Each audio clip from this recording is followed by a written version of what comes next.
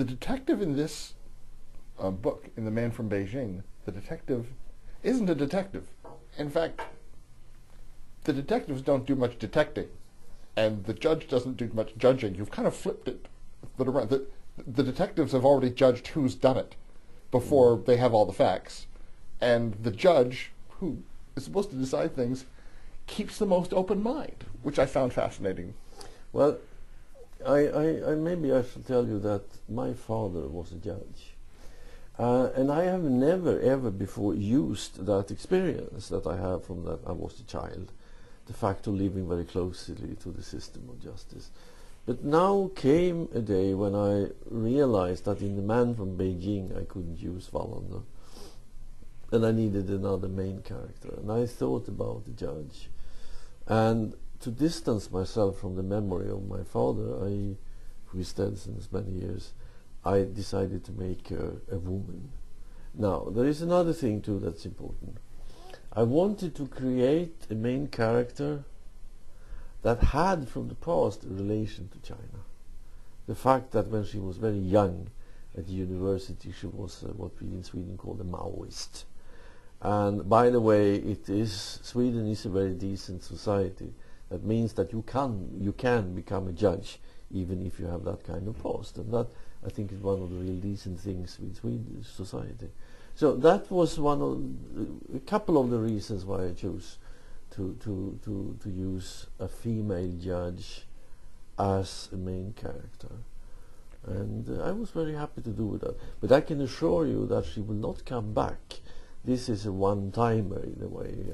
I don't have any idea of writing about her again. That said, I liked her, and I liked her because for the same reason I like Wallander. She's flawed. I mean, she's a bit difficult to live with. I mean, we see things from her point of view, but you kind of watch the way she treats her husband, who she isn't getting along with terribly, and it's like, it's at least 50-50 here. Yeah. He's a decent guy who's trying, but she can be a bit difficult. Yeah, sure. But on the other hand, I think that isn't that what life is about? That we are all struggling in our marriages normally, and but I think in the end of the novel you will find out, you will at least think that they will go on, they will sort out their problems, they will find a way out of these problems they have, and isn't that what we all do? We are struggling. I also think that people feel at home with this. People really hate to read about marriages that are perfect.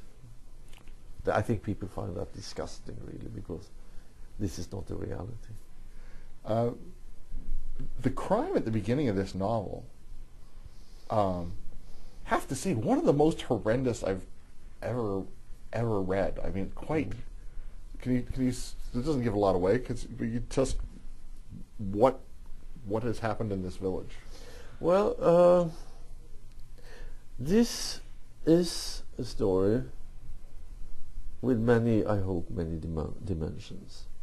But one of the basic dimensions here is, you would say, a man with a lot of power, and who is also partly, I would say, mad, who has a feeling of a need of a revenge, but not for himself, but what happened to his family in the past.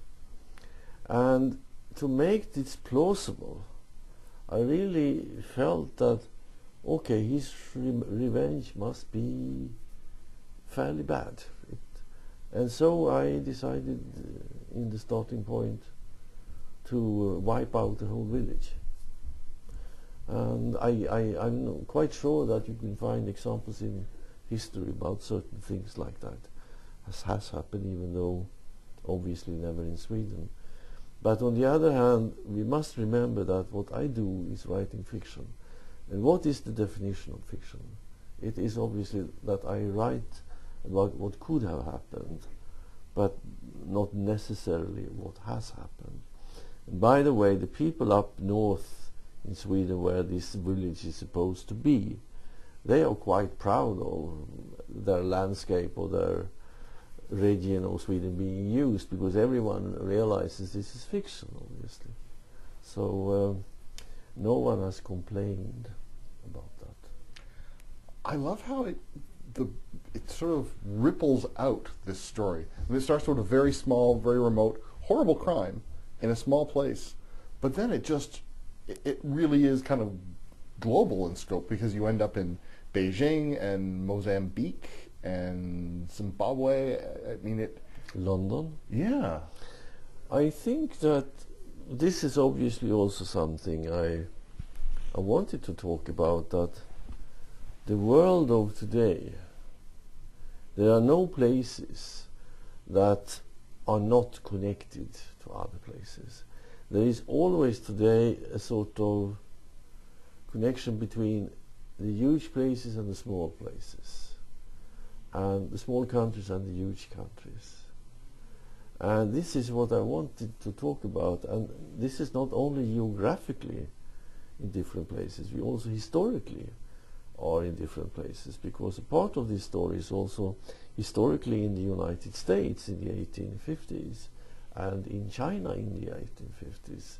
So I really I wanted to write, I wanted to complicate the story for myself, to make it understandable how eventually why people react the way they do. And it was obviously very difficult and a lot of research. The book is The Man from Beijing, a new novel from international best-selling author Henning Mankell, and The Man from Beijing is published by Knopf Canada.